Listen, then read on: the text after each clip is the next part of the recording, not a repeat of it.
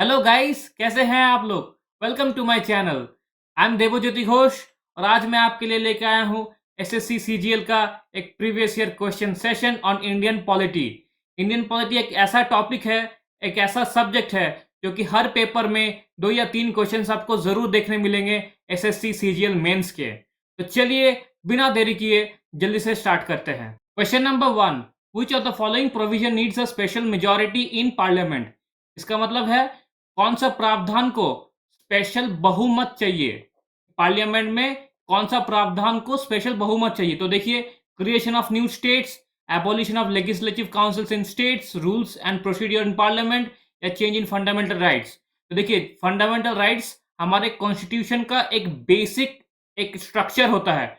अगर उसको चेंज करना हो तो आपको बहुमत, एक स्पेशल बहुमत चाहिए इस प्रावधान को चेंज करने के लिए। ठीक है, तो मेरा आंसर हो जाएगा option number 1, change in fundamental rights.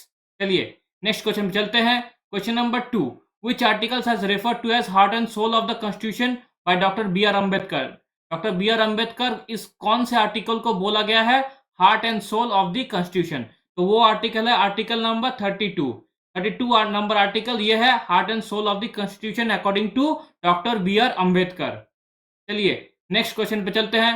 Question number 3, which article can be use by the president of India to declare constitutional emergency. Constitutional emergency को डिक्लेयर करने के लिए कौन सा आर्टिकल चाहिए, वो है आर्टिकल नंबर 356 है कॉन्स्टिट्यूशनल इमरजेंसी। ठीक है, अगर आपने मेरा प्रीवियस वीडियो देखा होगा तो आपको पता होगा national emergency article 352, financial emergency article 360। ठीक है, चलिए, which of the following is a fundamental duty to abide by constitution and respect the national flag. ये 1 है, तो ये फंडामेंटल ड्यूटी है, करेक्ट है। To promote harmony and brotherhood, yes this is also a fundamental duty. To uphold and protect the sovereignty, yes this is also fundamental duty. 4, abolition of titles except military and academic, no this is not a fundamental duty, this is my fundamental right, this is a fundamental right under article, कौन सा article है, article 18। ठीक है, तो मेरा option हो जाएगा 1 2 3। देखिए 1 2 3, ऑप्शन नंबर 3 ये हो जाएगा मेरा करेक्ट आंसर। ठीक है, चलिए question number 5, which amendment of the constitution of India decreased the voting age from 21 years to 18 years for both Lok Sabha and state legislative assembly। बोला गया है कौन सा संशोधन संविधान में किया गया है जहां पर 21 साल, जो वोटिंग एज था पहले था 21 साल, अब वो 18 साल कर दिया गया है। वो कौन सा संविधान, कौन सा संशोधन है, तो वह है मेरा 61th amendment act 1989। 61th amendment act 1989। ठीक है, चलिए question number 6, dash means the supreme court will reconsider the case and the legal issues involved in it. ठीक है, तो वो क्या होगा, वो होगा एपिलेट ज्यूरिसडिक्शन। आप अपील कर रहे हैं, एपिलेट ज्यूरिसडिक्शन। तो एपिलेट ज्यूरिसडिक्शन का क्या आर्टिकल है, आर्टिकल नंबर 132। यह है एपिलेट ज्यूरिसडिक्शन का आर्टिकल, आर्टिकल 132 एपिलेट ज्यूरिसडिक्शन। ठीक है, आर्टिकल 132। ओरिजिनल ज्यूरिसडिक्शन का आर्टिकल क्या है, ये रॉन्ग है, ये है ओरिजिनल ज्यूरिसडिक्शन का आर्टिकल है आर्टिकल 131। ओरिजिनल ज्यूरिसडिक्शन का आर्टिकल है आर्टिकल 131। एडवाइजरी का आर्टिकल 143। ये पावर है प्रेसिडेंट का to get an advice from the supreme court of India relating to some subject और सम मैटर। चलिए नेक्स्ट क्वेश्चन देखते हैं। Question number 7, which constitutional amendment restricted the size of council of ministers to 15% of the total size of the house। कौन सा संविधान में संशोधन restrict कर दिया है काउंसिल ऑफ मिनिस्टर्स, जो मिनिस्टर्स है वो 15% मतलब 15% ऑफ द टोटल हाउस ही होगा, उससे ज्यादा नहीं हो सकता। ये कौन सा है, कौन सा संशोधन है, ये है 91st amendment act, 91st constitutional amendment act on 2003। 91st constitutional amendment act in 2003। चलिए नेक्स्ट क्वेश्चन देखते हैं। Question number 8, under which of the following jurisdiction can any individual whose fundamental rights has been violated can directly move to high court for remedy। देखिए पूछा, बोला गया high court for remedy. तो देखिए ये तो रिट jurisdiction तो definitely होगा। ठीक है, लेकिन हाई कोर्ट बोला है, ये दिया है सुप्रीम कोर्ट का आर्टिकल। ये है मेरा correct answer. Writ jurisdiction high court बोला है तो article 226, this is my right answer. चलिए नेक्स्ट क्वेश्चन में देखते हैं। Question number 9, that means that the president of India can refer any matter that is of public importance or to that which involves interpretation of constitution to supreme court for advice। ये देखिए supreme court for advice, तो ये हो जाएगा हमारा advisory jurisdiction. मैंने बहुत बार आपको बोला था, ठीक है। चलिए question number 10, there are total dash official language mentioned in the constitution. तो there are 22 official language mentioned in the constitution. और ऑफिशियल लैंग्वेज का स्केड्यूल क्या है, वो है मेरा 8 स्केड्यूल। क्या है मेरा 8 स्केड्यूल। 8 स्केड्यूल में मेरा ऑफिशियल लैंग्वेज मेंशन्ड है, ठीक है। चलिए नेक्स्ट क्वेश्चन में देखते हैं। Question number 11, power to impose restriction on trade, commerce and intercourse by the parliament comes under which article. तो ये हो जाएगा मेरा आर्टिकल नंबर 302। आर्टिकल 302 कहता है कि पार्लियामेंट के पास पावर है to impose restriction on trade, commerce and intercourses, ठीक है। 301 क्या है, ये है मेरा freedom of trade, commerce and intercourse. ये है मेरा freedom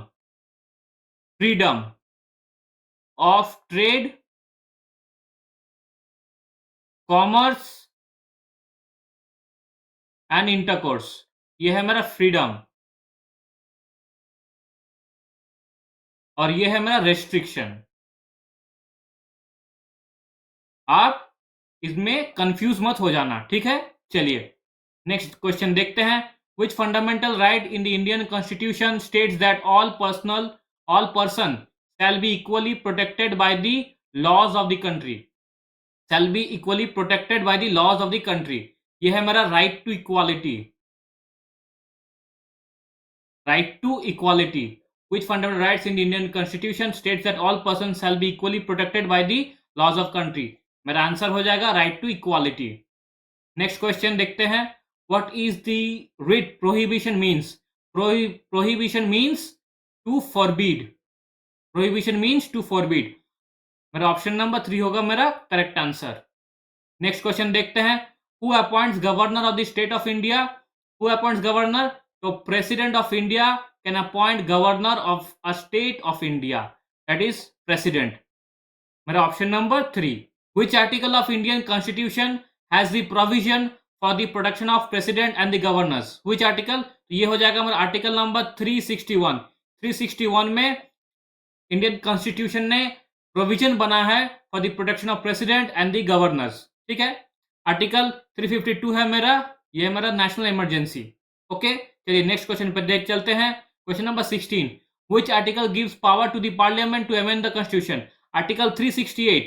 Article 368 gives power to the parliament to amend the constitution। Article 368 ये एक इम्पोर्टेंट आर्टिकल है, इसको हमेशा याद रखिएगा। Question number 17. Which article can give the union parliament power to make laws on matter included in the state list। ठीक है, तो देखिए पार्लियामेंट के पास पावर है to make laws on matters included in the state list. ये power parliament में सिर्फ है राज्यसभा के पास। राज्यसभा के पास ये पावर है, ठीक है। और ये जो भी लेजिस्लेटिव प्रोसीड्योर्स होगा स्टेट लिस्ट में, जो भी चेंजेस किया जाएगा, जो भी प्रोसीड्योर होगा वो राज्यसभा में इनिशिएट किया जाएगा। ये पावर सिर्फ राज्यसभा के पास है। और वो आर्टिकल है आर्टिकल नंबर 249। कौन सा आर्टिकल, आर्टिकल 249। 312 क्या है, क्रिएशन ऑफ न्यू वन और मोर ऑल इंडिया सर्विसेज। ये है all India services, all India services. 324 election commission, ये है, ये डिफाइन करता है 324 इलेक्शन कमीशन। और article 267 contingency fund of India, ठीक है, कंटिजेंसी फंड ऑफ इंडिया जो यूज किया जाता है ड्यूरिंग सम इमरजेंसी और unforeseen situation. Question number 18. Naval, military and air force works is listed in the dash list given in the 7th schedule। तो 7th schedule क्या कहता है, distribution of power between union and the states, मतलब union list, state list, concurrent list. और naval, military यानी air force गिरता है union list पे। नेवल, मिलिट्री एंड एयरफोर्स वो है मेरा यूनियन लिस्ट पे। ऑप्शन नंबर 1 हो जाएगा मेरा करेक्ट आंसर। चलिए नेक्स्ट क्वेश्चन देखते हैं। Question number 19, elects the president and the vice president and remove जजेस of supreme court and high court. कौन करता है? ये करता है पार्लियामेंट। लोकसभा एंड राज्यसभा दोनों मिलकर प्रेसिडेंट और वाइस प्रेसिडेंट की इलेक्ट करते हैं, और सुप्रीम कोर्ट और हाई कोर्ट के जज को वो रिमूव भी कर सकते हैं। ऑप्शन नंबर 2 हो जाएगा मेरा correct answer. Question number 20, who is the x officer chairman of business advisory committee. देखिए, बिजनेस एडवाइजरी कमिटी का एक्स ऑफिसर चेयरमैन कौन है?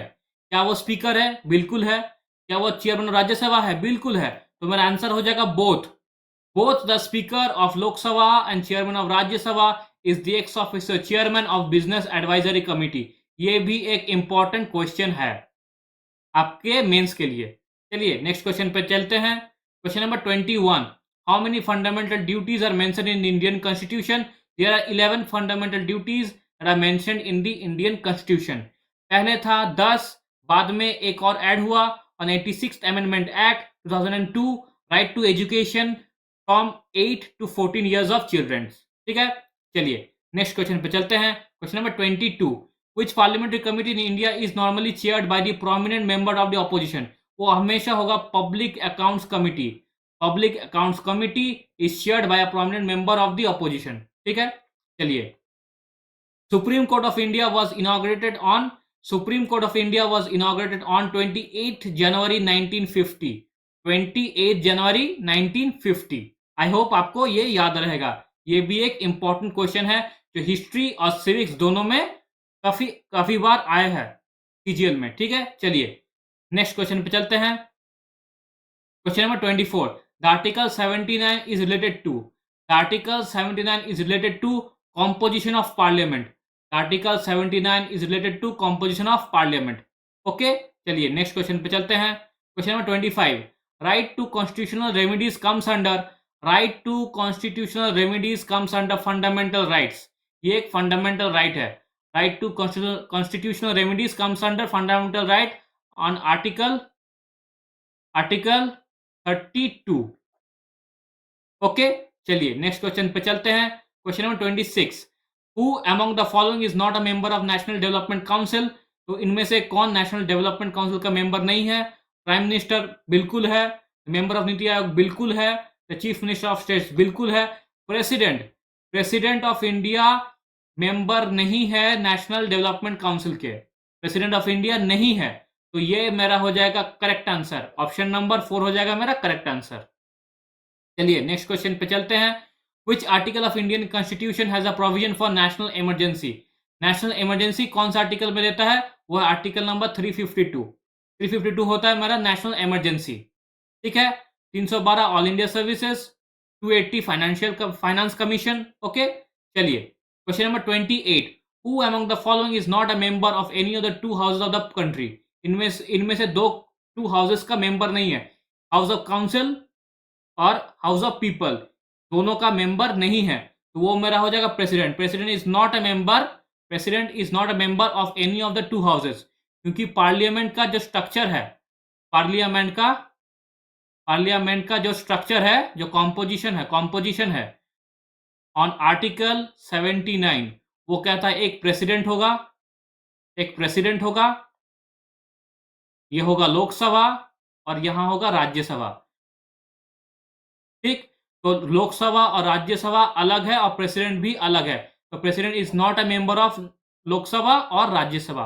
प्रेसिडेंट इन दोनों हाउस का मेंबर नहीं है, तो ये हो जाएगा मेरा option number 3, that is the right answer, president. ठीक है, चलिए। Fundamental duties are mention in which of the following part of the Indian constitution. Fundamental duties कहां मेंशन किया गया है? वो है पार्ट 4A। 4A में फंडामेंटल ड्यूटीज मेंशन किया गया है। पार्ट 4 क्या है? पार्ट मेरा 4 है DPSP, directive principle of state policy. DPSP कहां से बोरो किया गया है? आयरलैंड से।